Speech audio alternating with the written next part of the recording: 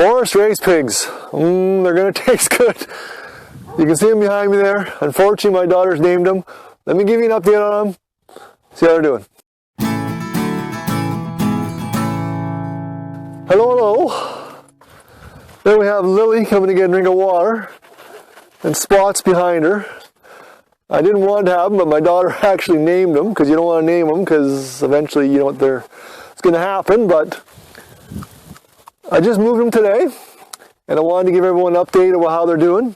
And some of the lessons, I've definitely learned some lessons about pigs. Of course, the first time raising pigs, you always learn some things the hard way and also kind of funny. But they're doing very well there, and bottom line is that big pigs move a lot of dirt. They're little plows, four-wheel plows. So you definitely got to move around, and they like their feed, and they're fussy, and they're not quite what you think of pigs. Anyway, I'll show you some things that I've done here. I'll get behind the camera and show you some things, and I'll give you some tips. So here are my girls in their new pasture, growing very nicely. The first day I'm moving them, and they're already kind of making a bit of a mess. I'll go up and show you the lessons I've learned as far as moving and how often you got to move them here in a second. But I wanted to come down here and show the charging system. Very easy to move.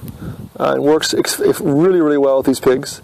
They still, when they get excited, they still will accidentally touch it and get a little zap. So, you know, it's definitely one I wanted to keep it hot just so they know it's there. But once they learn, they're pretty much, they know 2 strands means danger, danger, and they don't go too near it. But oh, they're starting to chew my stick of one of my grafted apple trees. I might lose that tree now.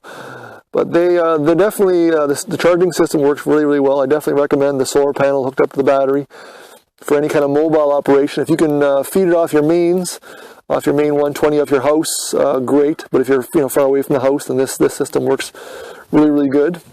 And the pigs are growing really well. They love to root around, as you can see, but they still love their feed. I found that they are actually pretty picky. It's one thing I've learned about pigs. You think pigs will eat anything, and they won't, right? They will eventually if they get hungry enough, but they're just like you and me. They like to take the ice cream first. So earlier on in the season, I learned that I thought they were going to be totally apple finished. And that's true. They're going to be apple finished because here at the end here, when the apples are getting sweet and they're getting bigger, pretty much every apple that drops from these trees over here, they go and get. So the last pen they're in, or the last area they're in, they cleaned up every apple because the apples were tasty. But earlier on, I was kind of wondering, well, apples, because the apples were sour and they drop and they wouldn't touch them, but they didn't taste any good. So we have a few apple trees left in here and a few apples left in there. They're on the ground. I'm sure they'll get around to eating those apples up because they pretty much just forage and eat and sleep all day. So the other thing I learned is that when you come and feed them, they're not going to hurt you. They're actually very friendly and they're actually kind of fun to be around. But if they're hungry, they'll definitely nudge you.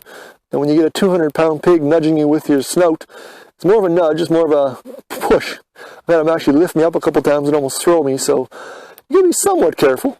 You can't be too cavalier per se with your pigs. Recognize they are still, somewhat big animals. So anyway, I'll turn the camera off here and go up and show you some of the lessons I've learned regarding moving them up top. Okay, here we are on the other side of the overall pen, and as you can see, these girls are really friendly. They pretty much follow me around. I always bring them good treats and stuff, and plus they came for a drink of water. Now this is one thing I've learned is this nipple drinker with this pressurized hose works really, really well. Like amazing. I definitely recommend the pallet or the deck, because then they have no area to wallow and make a big, big mess. They already make enough mess as it is. Having area to wallow would make a really bad mess.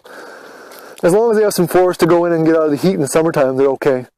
The only negative of this drinker is that you kind of need a pressurized hose. And in my case, I have about 200 plus feet of hose going back to the garden area where I got my water source.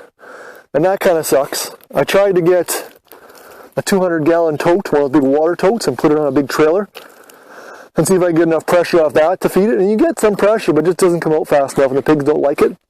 On a hot day, they just don't get enough water, so I think I need to rig some kind of source system in the future. But for now, I'm running hose, and I'll have to figure something else in the future if I want to do something in the future a little further away. But the watering system works fantastic and great. Of course, my trash cans for feed is the way to go for sure. But I wanted to bring you up here mainly to show you the damage they can do for pasture, or the four-wheel drive plows, let's call them. So here's the new one they just moved into today. You can already see they're starting to dig. And here's where they came from. Now, it's not that bad. They just kind of dug it up, and that'll actually pop back real nice. But there are some areas that are pretty, beat up pretty good. I kind of got to the point where I got too much going on here in the fall on the farm and couldn't get around to moving quick enough. And some of this land here paid for it. I'll take you into the bush in a second and show you some of the digging they did and some of the lessons I've learned there. But definitely with 3 pigs, this is what the kind of damage they do. So if you get more than 3 pigs, you got to look at moving them quicker, especially if you're going to don't want to damage your land too much. But that's definitely something I've learned. But it's interesting how fast these pigs can move dirt, especially as they get bigger. They're definitely grubbing and searching for things in the ground and roots and stuff like that, and they're loving it. Here we are down the forest area. What I've done is I've actually had some of the fencing go through the forest to give them some forest area to root around in, as well as some shade and some area to go in and hide when it's raining or when it's hot outside. But I wanted to bring you down here mainly to show you these little holes.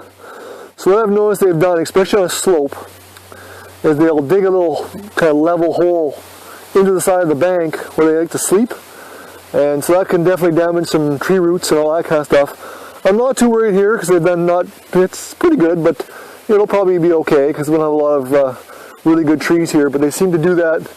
They did it over here as well. So, as far as slope, you gotta be careful with them on putting them on slope, especially when it's raining. You might get some erosion and stuff. So it's definitely something I've learned. I kind of knew that, but I guess you kind of have to experience it and kind of see it for yourself.